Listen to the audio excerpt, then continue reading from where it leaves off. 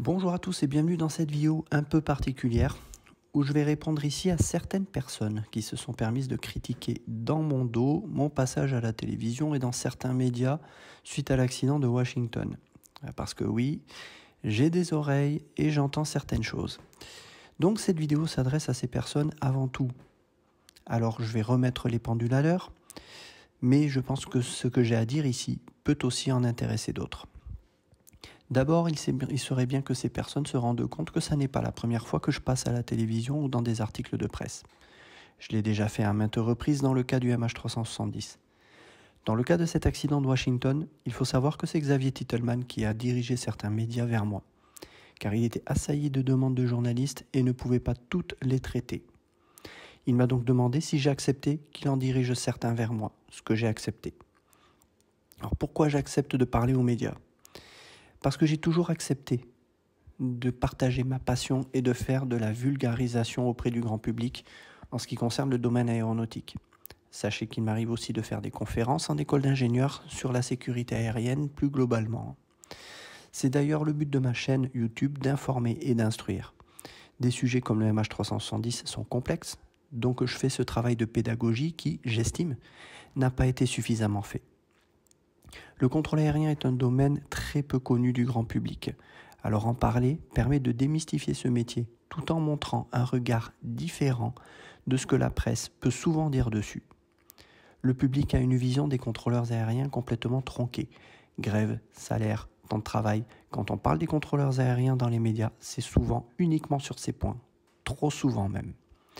Pourtant, depuis que je fais ce métier, je peux assurer que j'ai travaillé avec des gens exceptionnels, qui aiment leur métier, qui ont à cœur de maintenir un haut niveau de sécurité et qui font leur boulot avec bien plus d'investissement que dans bien d'autres métiers. Ce que j'observe tous les jours, ça n'est pas ce que les médias dépeignent régulièrement. Alors oui, j'ai à cœur de montrer un autre visage des contrôleurs aériens auprès du public, un visage qui correspond à ce que je constate tous les jours, des personnes qui font leur métier avec passion et qui s'investissent. Parce que c'est ça que je vois au quotidien. Et quand vous travaillez dans une ambiance comme celle-ci, croyez-moi, c'est non seulement plaisant, mais aussi enrichissant car vous apprenez beaucoup auprès des autres. Il y a un sujet que je n'aborde pas dans les médias et que je refuse d'aborder. C'est celui attrait aux négociations syndicales, pour plusieurs raisons. D'abord parce que mon ancienneté dans la DGAC ne me permet pas de parler de ces sujets correctement, donc je pourrais dire des choses incorrectes. Et quand on voit comment les journalistes peuvent parfois déformer des propos, c'est aussi une raison pour laquelle je préfère m'abstenir sur ce sujet. Ensuite, parce que je ne maîtrise pas ces sujets. Je suis bien entendu les négociations, mais de très loin, et certaines discussions me sont complètement incompréhensibles, vu que je suis bien loin de comprendre parfois les tenants et les aboutissants sur ce sujet, ainsi que sur les statuts. Parce que principalement, ma priorité actuelle est dans ma formation sur le poste que j'occupe. Et enfin, parce que les seuls aptes à discuter de cela, parce que justement ils maîtrisent le sujet, ce sont les syndicats. Raison pour laquelle, quand des médias m'avaient contacté sur le sujet des négociations syndicales, je leur avais donné aucune réponse, ne voulant pas dire de bêtises, et je les avais dirigés directement vers les syndicats. Quand je parle dans les médias, je parle de sujets que je maîtrise. Suis-je légitime pour en parler ? Alors oui, j'ai eu vent que certains disaient que je n'étais pas encore totalement qualifié et que je ne devais donc pas parler dans les médias. Alors, messieurs ou mesdames, je ne sais pas, avant d'être dans l'aviation civile, j'ai passé 17 ans comme contrôleur aérien dans l'armée de l'air.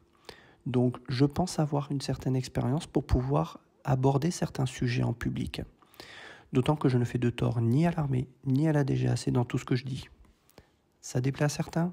Ou certains pensent que je fais le malin dans les médias ? Que j'aime me pavaner devant une caméra ou apparaître dans des articles de presse ? Je vous arrête tout de suite. Vous voyez beaucoup ma tronche dans mes vidéos ? Très peu. Contrairement à certains youtubeurs, je me filme très rarement dans mes vidéos. Quand il s'agit de passer sur BFM TV pour cet accident de Washington, j'ai refusé un passage en direct parce que j'étais en formation au simulateur. Ma priorité était ailleurs. Le soir, j'ai accepté une visio uniquement parce que je commençais mon service très tôt le lendemain. Et il était hors de question que je sois présent sur le plateau alors que je commençais mon service tôt le lendemain matin.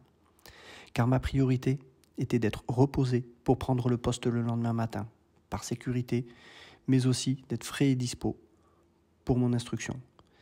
Certains font peut-être preuve de jalouserie en critiquant mes interventions publiques.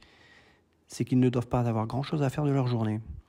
Que ça soit bien clair, je ne cours pas après les médias, mais j'accepte de répondre à leurs questions et je fais justement de la pédagogie avec les journalistes pour qu'ils aient conscience qu'au travers de cet accident, le contrôle aérien est un métier pas toujours facile. Et ça a aussi pour but de redorer l'image d'un métier trop souvent sous les projecteurs pour de mauvaises raisons, alors que c'est un superbe métier qui a ses contraintes, ses exigences et que le public doit aussi en prendre conscience. Pourquoi j'ai accepté de parler publiquement de cet accident de Washington ?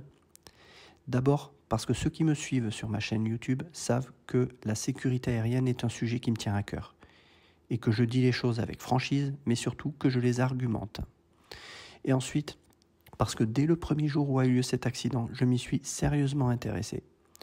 Parce que j'ai tout intérêt professionnellement à comprendre ce qui a pu se passer du fait de rencontrer régulièrement ce genre de situation là où je travaille.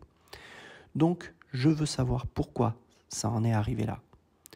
Où ont été les erreurs pour ne pas que je les commette moi aussi à mon tour.